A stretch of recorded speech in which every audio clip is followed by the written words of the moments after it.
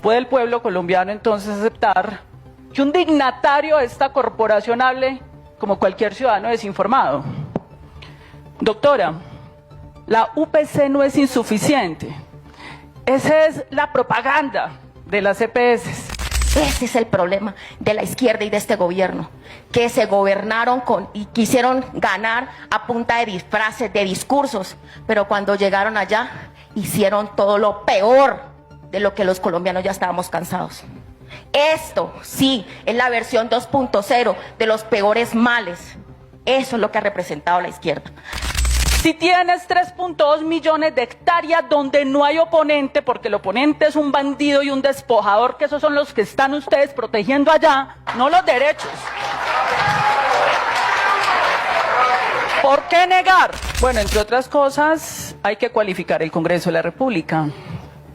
Que un ciudadano del común repita propaganda respecto a una política pública es aceptable, pero un congresista de la República que representa la corporación parlamentaria, donde ganan más de 50 millones de pesos, tienen UTLs, tienen la posibilidad de enviar derechos de petición para que les respondan y les den información fidedigna, clara. No puede el pueblo colombiano entonces aceptar que un dignatario de esta corporación hable como cualquier ciudadano desinformado. Doctora, la UPC no es insuficiente. Esa es la propaganda de las EPS. Pero si usted leyó el informe de la Contraloría General de la República, que es lo mínimo que uno exige a una corporación como el Congreso, leer el informe de la Contraloría General de la República respecto al comportamiento financiero el año pasado de las EPS, lo que se encontró fue el contrario.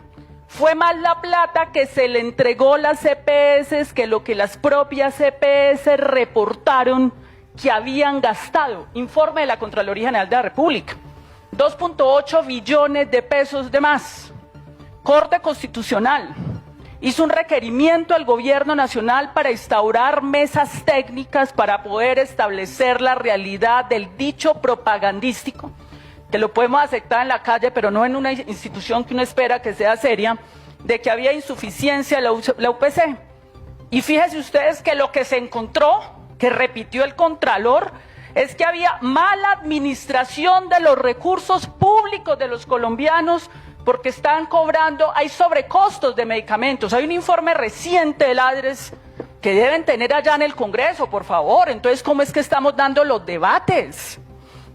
Y ese informe dice, habla de sobrecostos de medicamentos de 5, 6 veces más, 1 billón de pesos que las EPS reportaron de medicamentos que no se sabe por dónde pasaron. Se le giran la plata y le niegan los medicamentos a la ciudadanía cuando ya tienen la plata en el bolsillo. La Corte Constitucional al final en ese litigio tuvo que reconocer con el informe de la Contraloría, con los datos que presentó al ADRES, que hoy no hay evidencia. Es propaganda política. No hay evidencia de que el gobierno entregue menos plata de la que se gastan las EPS, y le doy otra prueba. Y es el tema de los estados financieros de las EPS. ¿Por qué no ponen a un grupo de expertos? Estamos hablando de políticas públicas a que analicen los estados financieros de las EPS, donde ellos mismos dicen que es menos lo que gastan que lo que les entrega el gobierno anualmente. Tenemos que cualificar esta corporación congresional, porque si no va a ser una corporación dedicada a desinformar, dedicada al transaccionismo politiquero, que es a lo que se ha dedicado allá, que antes lo habían legalizado bajo la figura de los cupos indicativos y que ahora es la transacción del voto. Y por supuesto que celebro que se hayan ido presos quienes tienen que estar presos si incurrieron en el delito del cohecho, porque nosotros eso no lo tapamos. Como también solicitamos que se tienen que ir presos quienes hayan sido financiados por las EPS para oponerse a la reforma a la salud. La verdad se va a saber. La verdad se va a saber. Como también es muy positivo que se hayan ido presos los 60 congresistas por parapolítica, que estaban haciendo negocios con el narcotráfico, que estaban haciendo negocios con los terratenientes para negar la reforma agraria y el artículo 9 que hoy siguen negando. Fíjese usted. Dice usted que niegan el artículo 9 de la Ley de Jurisdicción Agraria para proteger los derechos. Por favor. Es que la entrega administrativa por vía administrativa de tierras es un mecanismo que ya existió en Colombia desde el año 2017, que es lo que se llama compra forzosa de tierras por parte del Estado, o cómo se han construido las grandes ciudades, señores. Es que estamos en la misma discusión de Alfonso López Pumarejo y de Luis Carlos Galán. La función social y ecológica de la tierra. Si tienes 3.2 millones de hectáreas donde no hay oponente, porque el oponente es un bandido y un despojador, que esos son los que están ustedes protegiendo allá, no los derechos. ¿Por qué negar que por vía administrativa allí no hay oponente se pueda entregar esa tierra para el desarrollo de este país?